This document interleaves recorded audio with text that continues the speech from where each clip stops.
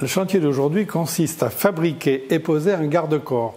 C'est un garde-corps de terrasse qui va être en fer, qu'on appelle habituellement fer forgé, même si ce n'est pas vraiment un fer forgé. Alors, tantôt ça s'appelle garde-corps, tantôt ça s'appelle balustrade. C'est la même chose dans tous les cas. C'est pour protéger, pour empêcher la chute, bien évidemment, de la terrasse. Un garde-corps doit respecter 2 règles précises qui sont même des normes. D'une part, c'est la hauteur. La hauteur d'un garde-corps est au minimum d'1 mètre, voire même 1,10 m quand on est dans un lieu où on reçoit du public. Et ensuite, l'espacement entre les barreaux doit être au maximum de 11 cm. Alors pour réaliser ce garde-corps, j'ai fait découper chez le marchand de fer tout un tas d'éléments aux mesures, bien évidemment. Alors ça commence par des montants qui sont des montants, alors tout ça c'est en fer plein, des montants de 16 mm de section. Ensuite, je vais utiliser des barreaux qui, eux, font 14 mm de section, des traverses basses de 14 mm, une traverse haute qui est un fer plat de 4 mm d'épaisseur. Et pour finir, une main courante qui, elle, fait 40 mm de largeur. Les éléments de la balustrade vont être assemblés par soudage, bien évidemment. Et pour ça, il faut que je travaille sur un plan adapté. Donc j'ai une grande table sur laquelle j'ai posé des plaques qui sont des plaques de ciment fibré, ce qui permettra de ne pas brûler la table, bien évidemment. Alors ensuite, je vais positionner tous les éléments prêts à souder. Pour ça, j'ai posé une règle qui va me servir de base et qui me servira donc à appuyer tous mes éléments. Donc, je pose d'abord la traverse haute, qui est le fer plat, et je positionne ensuite le premier pied. Donc on travaille en éléments de 2 mètres qui seront ensuite assemblés sur place sur la terrasse. Et bien évidemment, je vérifie qu'on est parfaitement d'équerre entre la traverse verticale, la traverse du haut et le montant. Donc j'utilise pour ça une équerre, c'est parfait. Et ensuite, on va commencer à positionner le baraudage. Pour avoir un espacement régulier entre les barreaux, il y a une technique très simple, c'est d'utiliser des briques. Alors là, en l'occurrence, des demi-briques, tout simplement parce qu'une brique, ça fait 11 cm de largeur. Donc je positionne ma brique, je mets le barreau contre la brique, et je suis sûr d'avoir mes 11 cm. Et on continue comme ça, barreau après barreau.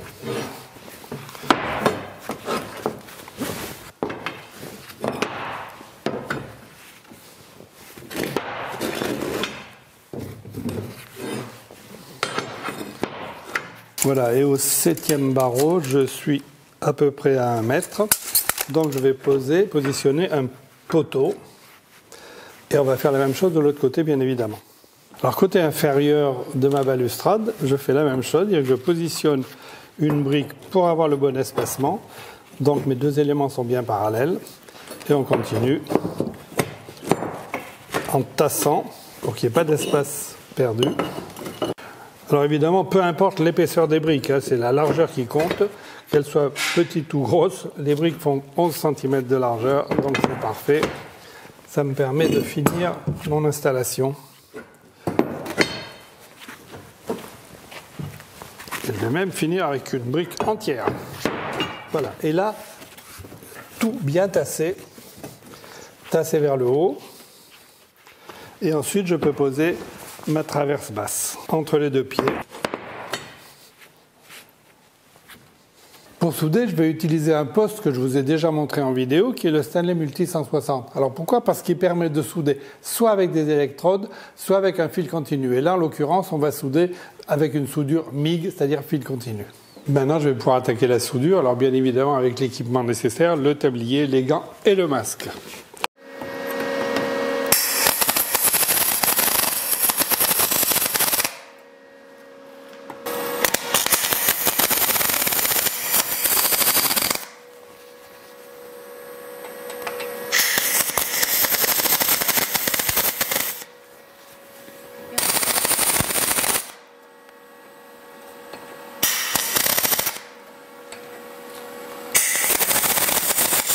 Alors ici, pour assembler les montants qui font 16 mm et les traverses qui font 14 mm, je dois compenser légèrement.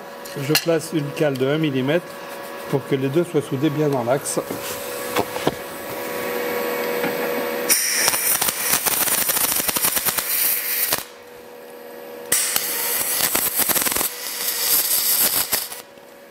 Et même chose pour souder les barreaux sous la traverse du haut.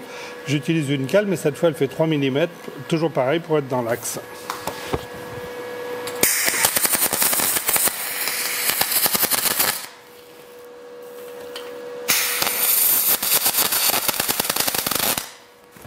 Voilà, et je termine la soudure donc, du panneau complet, puisque mon panneau fait 2 mètres, sur les 2 faces bien évidemment. Donc une face et l'autre, et ensuite on va passer au meulage.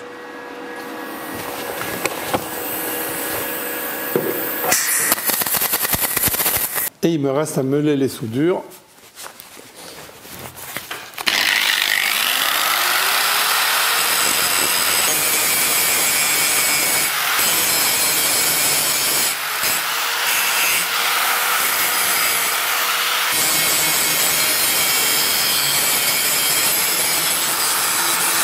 Donc maintenant, je vais passer à la pose des éléments du garde-corps. Donc on a fait des éléments de 2 mètres, comme on l'avait vu, et on va les poser alignés le long d'un tracé, bien évidemment, pour avoir une ligne parfaitement droite.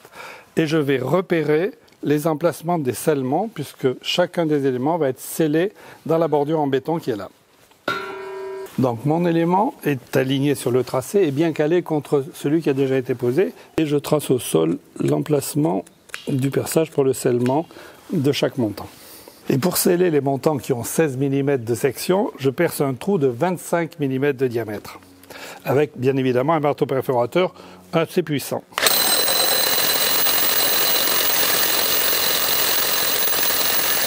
Et on dépoussière autour du trou et au fond du trou avec une soufflette.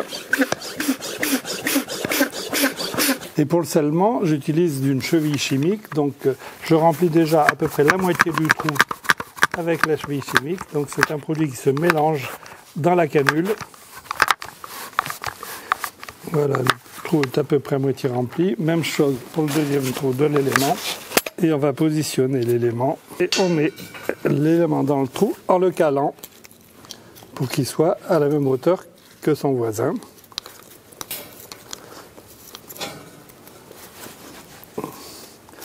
Voilà, c'est bon. Voilà, je vérifie le niveau de cet élément, mais aussi par rapport à celui d'à côté. On cale, voilà, Christophe est en train de caler, tout va bien. Là, c'est parfait. Je continue à boucher le trou par-dessus au scellement chimique pour assurer un bon scellement. Alors là, il s'agit d'un scellement chimique un peu particulier puisqu'il est de couleur bleue. Et quand il va devenir gris, c'est qu'il aura pris. Et avant séchage complet, je vérifie la verticalité, au besoin en tenant pendant quelques secondes, parce que le scellement chimique sèche quand même très très vite. Là, du bleu, il est en train de passer au gris. Et je continue à sceller tronçon par tronçon, après les avoir évidemment alignés, à la fois dans l'alignement des trous et à l'horizontale.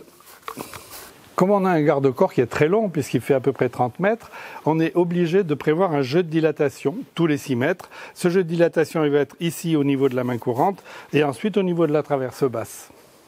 Donc là, je vais couper à peu près 1 cm pour avoir le jeu.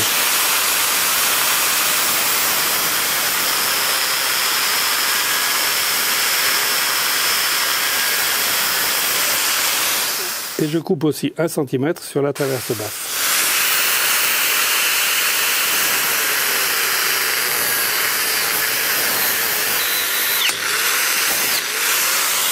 C'est un morceau de tube carré dont la section intérieure est identique à la section extérieure de la traverse qui va servir de manchon de dilatation. Je l'enfile et ensuite on va le souder sur le montant.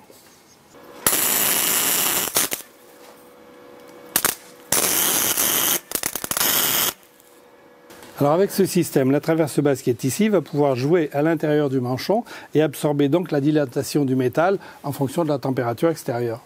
La main courante moulurée est pourvue d'une large rainure dans laquelle va venir s'encastrer le fer plat qui nous a servi de traverse haute. Donc elle sera posée comme ça, encastrée par-dessus. Et là, on va souder uniquement sur ce morceau de garde-corps, là non soudé, ce qui fait qu'on pourra avoir le jeu de dilatation. Et il suffit maintenant de souder la main courante sur le fer plat par point de chaque côté.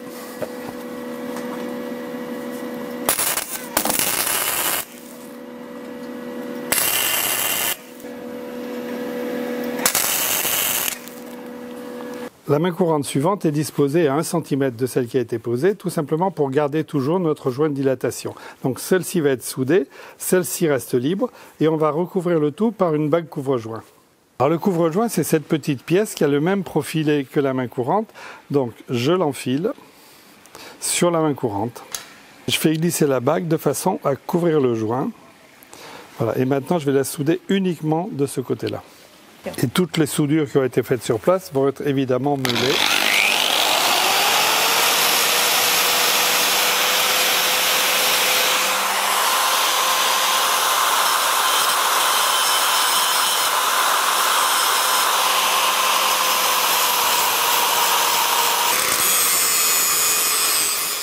Dernière étape de notre réalisation, c'est tout simplement la protection et la décoration de notre balustrade. Alors pour ça, on va utiliser deux produits successifs. Premier produit, c'est le Rustol Ovatrol. On va voir en détail à quoi il sert. Et ensuite, c'est une peinture de décoration. Alors pourquoi deux produits? Tout simplement parce qu'on a un garde-corps qui est en métal, il est en fer. Or, le fer, ça rouille. Donc il est essentiel de protéger de la rouille. Donc première chose, on va utiliser un anti-rouille. Alors pourquoi celui-ci? Parce que pour moi, c'est l'un des produits les plus performants qui existent. Alors c'est un produit incolore qui ressemble un peu à un vernis gras, qui est à base de résine alkyd et d'huile végétale. Et ce produit, on va pouvoir l'appliquer directement sur la rouille.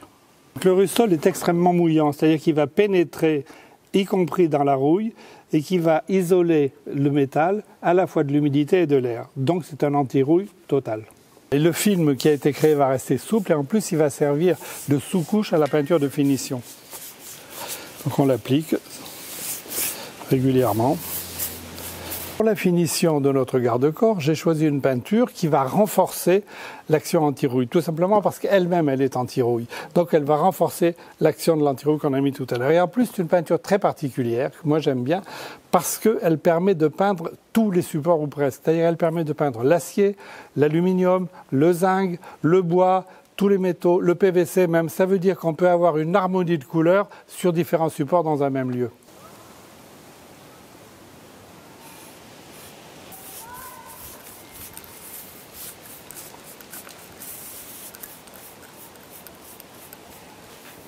Alors le séchage va dépendre évidemment de la température extérieure. Ça peut être entre 6 et 24 heures. Donc on va dire que c'est une température moyenne. Au bout de 12 heures, on est sec et on va pouvoir appliquer une deuxième couche si besoin est. Désormais, cette longue terrasse est sécurisée et en plus, notre garde-corps de forme très simple s'accorde bien avec le bâtiment qui est un bâtiment très ancien.